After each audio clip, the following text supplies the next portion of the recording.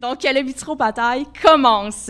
Nous avons d'abord Loïc, qui sera notre premier combattant de la soirée, qui est étudiant au doctorat en génie mécanique et qui est impliqué depuis plus de 2 ans à Bistro Brain. Donc, en tant que coordinateur du balado, mais également le tech wizard de l'équipe, là, il fait entre autres le montage. Donc, Loïc va nous parler de la science dans la fiction. Accueillez-le!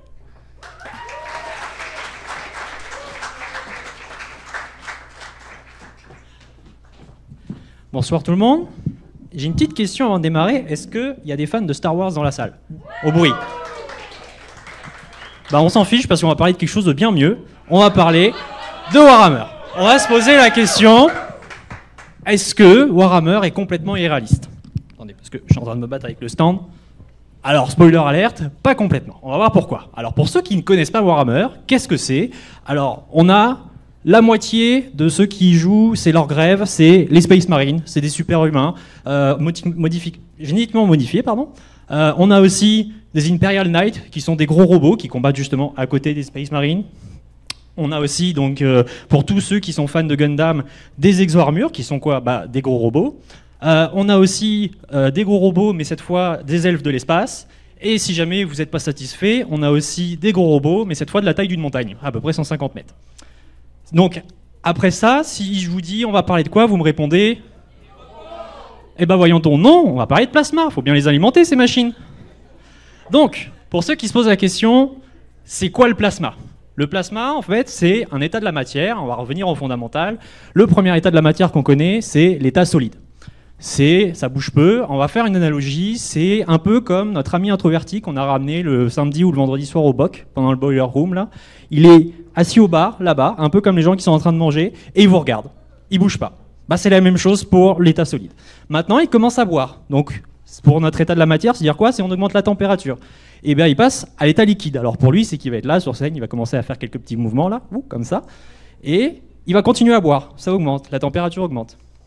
Il va passer à l'équivalent de l'état gazeux. Donc là, il commence à vous faire des moves, il vous moonwalk sur la scène, vous l'avez jamais vu faire ça, et c'est un spectacle.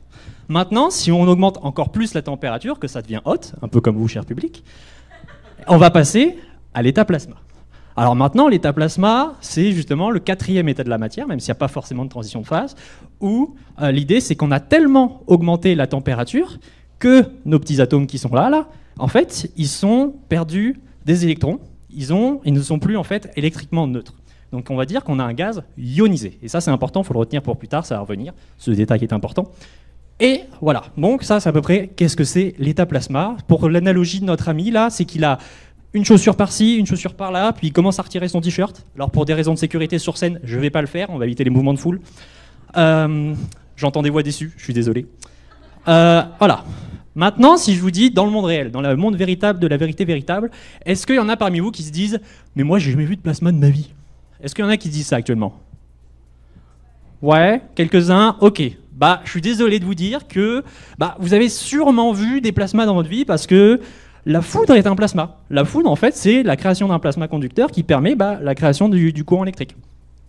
On a aussi, si jamais vous êtes déjà allé voyager dans le Nord, observer les étoiles, si vous avez vu des aurores boréales, vous avez vu du plasma. Parce que les aurores boréales, c'est l'interaction en fait de vents solaires qui sont du plasma avec notre atmosphère, et c'est pour ça qu'on a ces spectacles lumineux. Et si jamais vous êtes resté un peu plus longtemps et que vous avez vu des étoiles filantes et que vous avez fait un vœu, vous avez fait un vœu en partie à du plasma. Parce que la partie bleue justement de la comète qui est ici, c'est quoi? C'est la queue du plasma, c'est comme ça qu'on l'appelle, en fait c'est une queue de plasma de la comète.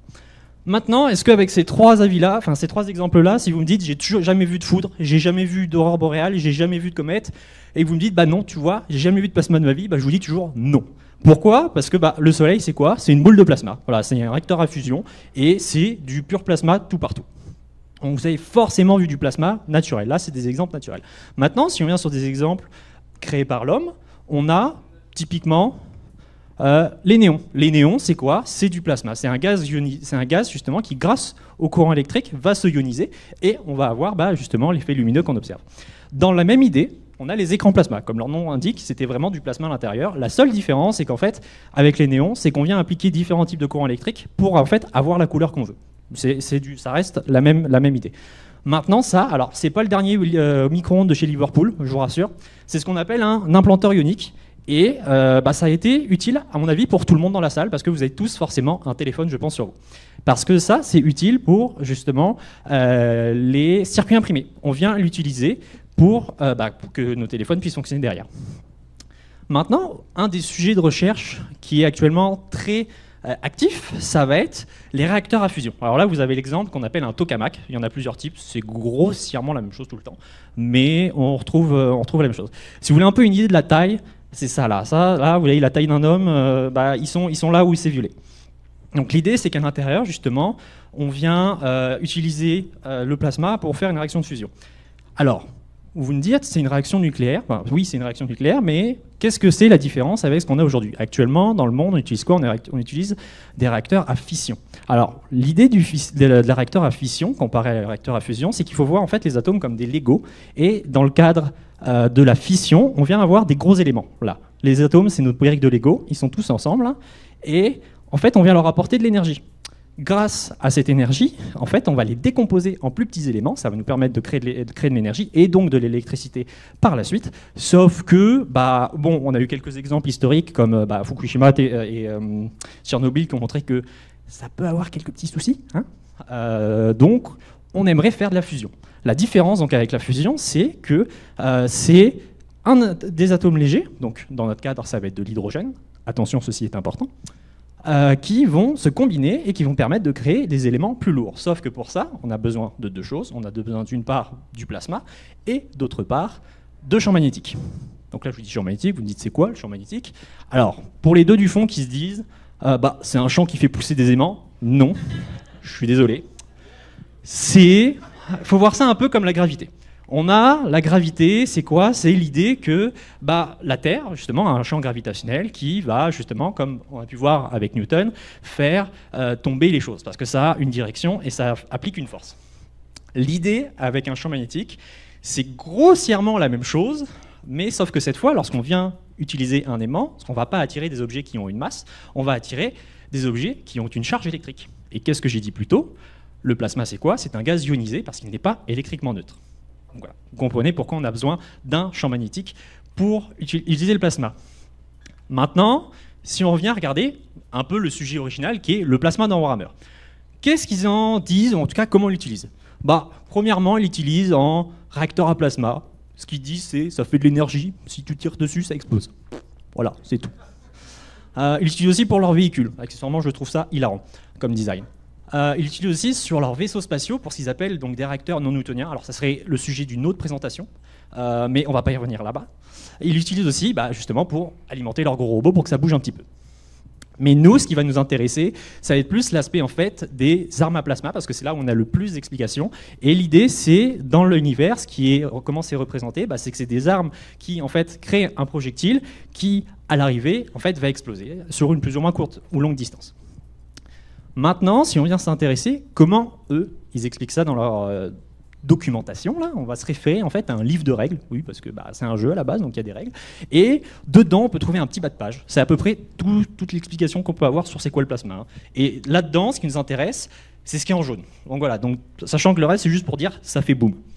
Donc si on vient décortiquer un peu là, ce qui est en jaune, qu'on regarde un peu le texte, ils viennent nous dire, premièrement, on utilise de l'hydrogène photonique. Bon, hydrogène, c'est un élément léger. Photonique, c'est quelque chose qui est en lien avec la lumière. Ok. Réacteur à fusion, justement, cet hydrogène va être inséré dans quoi? Dans un réacteur à fusion. Ça fait du sens. Qui, justement, va permettre de le transformer en plasma pour avoir le plasma qui cherche à projeter sur les gens en face. Maintenant, ce plasma, il est contenu dans un champ magnétique. Encore parfait, ça fait du sens. Puis, grâce à ce qu'ils appellent un accélérateur magnétique linéaire, qui est grossièrement l'idée, il faut voir ça, un champ magnétique dans une seule direction, donc c'est un peu la gravité, sauf que l'idée c'est que là, le champ est dirigé vers les gens que vous n'aimez pas.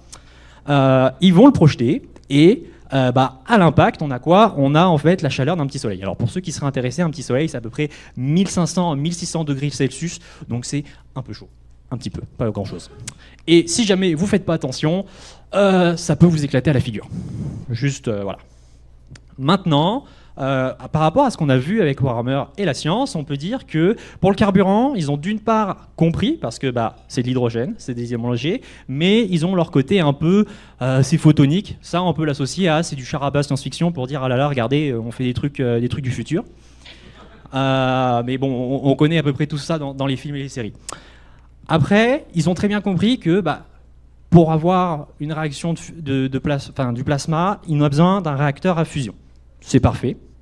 Ils ont aussi très bien compris qu'ils ont besoin de champs magnétiques pour contenir et utiliser leur plasma, si jamais ils veulent éviter que ça parte dans tous les sens. Ils ont aussi ils ont à peu près compris que pour le système de propulsion, ça a besoin d'un champ magnétique. Après, on peut poser des questions sur de comment ça fonctionne vraiment. Mais bon, voilà. Maintenant, si on vient à la conclusion, on peut dire que l'explication a suivi la réalité. Le sens physique, il est respecté, dans le sens que ils ont très bien compris les différents principes qu'il y a de comment on vient générer du plasma dans la vie réelle. Le seul souci qu'on peut poser, c'est la question de la faisabilité. Parce qu'il y a plusieurs éléments qui viennent poser problème. C'est d'une part, le plasma, c'est chaud. Comme on a pu voir au tout début, ça peut atteindre des hautes chaleurs. Enfin, on a besoin que ça soit très chaud, en fait, justement, pour avoir du plasma. Donc, il faut que la personne puisse le tenir. Puis, il y a aussi tout le souci de la miniaturisation. Donc, ce qui fait qu'en termes de faisabilité, c'est... voilà. Donc, le sens physique est bon, mais la faisabilité n'est pas bonne. Par contre, ce qui est faisable ce soir, c'est de voter pour moi en tant que meilleure présentation. Merci.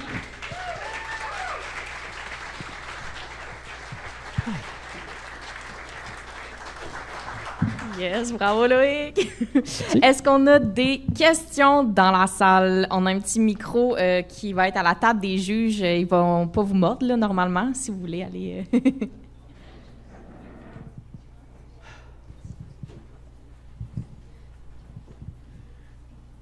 Si le plasma est chaud, Ouais. Oui, le plasma est chaud, oui. pourquoi le néon est froid?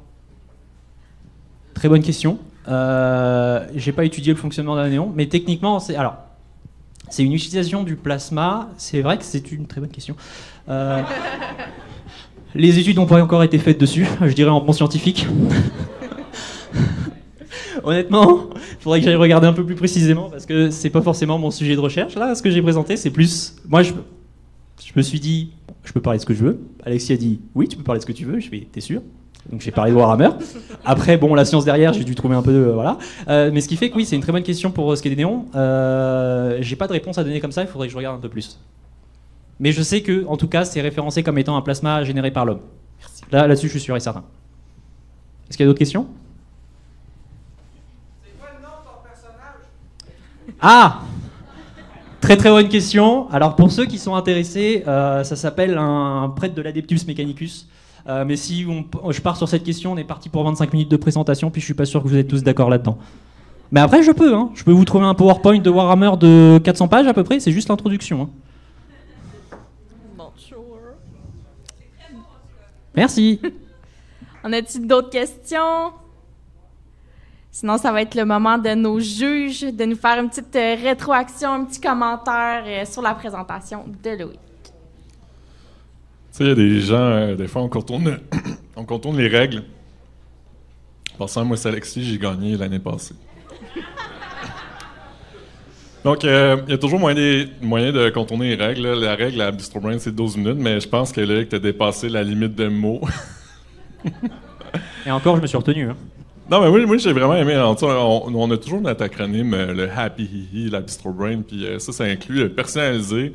Et vraiment, Loïc, là, t'as mis le paquet, c'est vraiment personnalisé. Ceux qui n'ont pas deviné encore, c'est Loïc qui a fait ces dessins-là dans le diaporama. Donc, félicitations. Puis moi, je veux aussi dire que j'ai ri plusieurs fois, donc je m'en tiens à ça. Je ne veux pas divulguer tous les secrets d'État qu'il y a ici.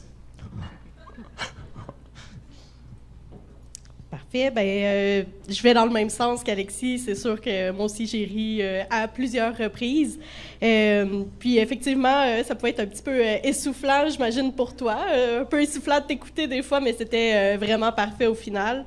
Félicitations pour tes dessins. Ça aurait été le fun. En tout cas, c'est le fun de l'avoir dit, finalement. Merci. Oui, très belle présentation. Merci beaucoup. J'ai réussi à bien suivre malgré le fait que c'était rapide, mais que je connaissais pas le sujet. Donc, ça veut dire que tu vulgarises bien. Ça veut dire que tu vulgarises bien parce que j'ai tout compris. Et pourquoi j'ai tout compris, c'est aussi à cause de ton support visuel qui était vraiment incroyable. C'était vraiment beau comme support. Puis, si toutes les cours étaient comme ça serait vraiment intéressant. Puis, on a ri beaucoup aussi pendant toute la présentation. Merci beaucoup. Génial. Merci.